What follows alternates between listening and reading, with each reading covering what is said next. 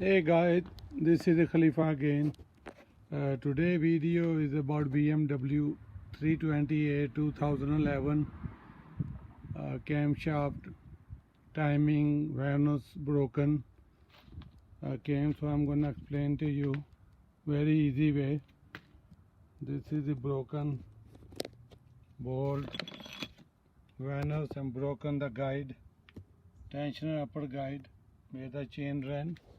So I'm going to explain to you very easy way to start, way to look, not to pull the engine out or intake manifold out or starter out. I know that's what everybody does. They take starter out and take intake out, engine out. So it's very difficult because you cannot see the crankshaft. There is a flywheel lock hole and pin, but I'll show you how to do it because this is the way I've been doing from many years. First, you gotta put the safety jacket of the car to the left side, put the on the ramp, good enough room, take the wheel off and take ground battery off, negative, and then the necessary stuff to take it out to get the wall cover out, because you gotta take those injector out. It cause problem. So voila, everything is out. So here is the BMW software instruction all whole. So I am not following what somebody is saying, but I'm gonna follow what I'm been doing with the BMW software. So bring the crankshaft 22 right there, 22 millimeter socket on the crankshaft, and you bring the number one piston on the top, which you can even, so you can see the piston is right on the top. So when the piston is come on the top, if timing is already good, so you will found under this tool QR code, both cam and intake cam and exhaust will tell you the timing is perfect. If that does not come up there, which was the case of this car, intake was broken, exhaust was perfect, so I thought maybe I'm just gonna replace both. It is not worth it to replace one. So then when you bring this top, number one piston on the top, now you gotta go under the car. That is the difficult part. So I'm gonna show you. This is the plug, the fiber plug pin, which is go up to over here outside, and then other part of goes inside the hole, but it just stay away from the wheel, is just for the dirt and plug to cover it. So the toolkit I got is got two in there. One is this one is the black one, which is inside the hole right now. The difference is only this is if you flash it over here where there is a mark, this is too long. It is not gonna go that much. So black one is about half inch shorter, so only half inches goes. So once you gotta, I know you're not gonna go to see where is it, because I know where is the starter, I know where is the crankshaft sensor. Then I look at the picture of BMW software. It was just a 1 inch lower part to the right corner, so I have to just to feel it to go and see where is that. This way I can jiggle and pull it out. So after I pull it out, so I am here down there, and you will see one of the pin right there, black one, which handle you see right below, that is the wire. So let me see if I can hold this camera, and then I can put my hand up there, but then I probably won't be able to show you, but let's see. So that is right. Let me see where it is. right here. This is the pin. Let me see. I want to confirm. Yes, this is the one right here. So when you pick up, when you get underneath, you just need to feel where is that is a crankshaft sensor, and then toward to the right ½ inch at the corner. That's what is the plug is, it which one I showed you before. So once you jiggle that and pull the plug out, and then take this tool back up there. First you need to feel the hole with the finger, and then try to put the pin in there. So this is the way you're gonna, when top dead center is up there, so you will find the hole. Now BMW also say there is a two hole, there is a bigger hole right next to the small hole. The pin is gotta go to the small hole. If it go to the bigger hole, then crank will move when you gonna be working on the cam up there, which is happening with me. Cause I can't see, I'm just thinking that is the hole. So when it move, everything goes off. So I have to reline again and come back and put the number 1 piston, and then check with the ratchet. Everything was fine, no more movement. So I got the correct hole to put the pin in there, and then after that, and so before you take this one off, you need to put this tool, which is gonna go on the head, not that the cam holder one go after. So if you put this tool, flush and push this 2 bolt long one, hold it up there like a twin tower, and then this exhaust cam was right on money.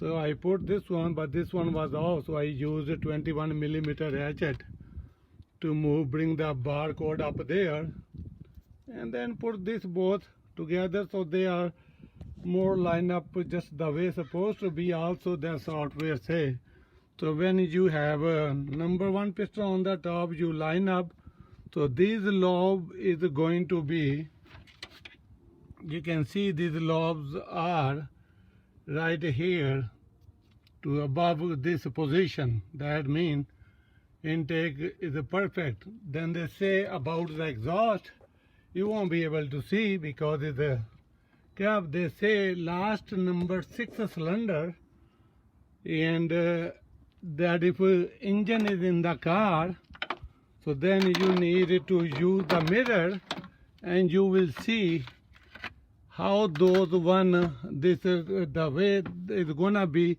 The lobe is going toward to the left corner, which also just for the double check, double testifying, which is let me see where is so okay, I need to push the light over there. That will help. So there you go. Now you can see those lobe right behind that big nut, and you can see the lower part of the lobe is gonna be toward to this side, not on the spring side. So that is, it tells you cam and exhaust timing, and all they are in 100% correct. Then take the tensioner off, because now you are holding the cam, crank and every tool. So you take the tensioner off, and then you take this vanos off, won't be any problem. Once you take it off, and then you need to, after, because this guide also got broken, so I had to put the guide first. Make sure when you take those vanos off, use a shoestring or something like this one to tighten up the chain somewhere, so chain doesn't fall down there. Otherwise you're gonna have a hard time to lining up with the sprocket on the crankshaft. So once that is done, and you gotta tensioner out, so now you gotta get these new vanos. So you put it in both intake and exhaust. It doesn't matter, it doesn't shows there is no any pin or slot. you need to line, so they are all even, so you can put anyway, because the sensor is the that is the need to be lined. So when I put it all, those both make sure that chain is on the guide and on tensioner guide, and the sprocket down there, so it's coming up line up over here. And then you use this tool, which is for 951 engine 952. So then before you use the tool, you need to put this bolt in, because there's not much room over here to work. And when you put a bolt and this sensor both in, so just a finger tight for now, because you need to put this tool and the pin on that is the hole over here, that is gotta go in the sensor hole. This pin right here, so it's gotta go in the sensor hole both sides to the left side, so that will bring the timing of the sensor to each cam perfectly. And this tool is gotta be flush on the head, and put 14 millimeter this bolt, just 4 or 5 pound, so that will get done. So you have tensioner out. So now you're gonna put a dummy tensioner. That's what I have right now. So this way that thing does not move. I did not pull it out yet. So there you can see that is a dummy tensioner up there, right here where is my finger.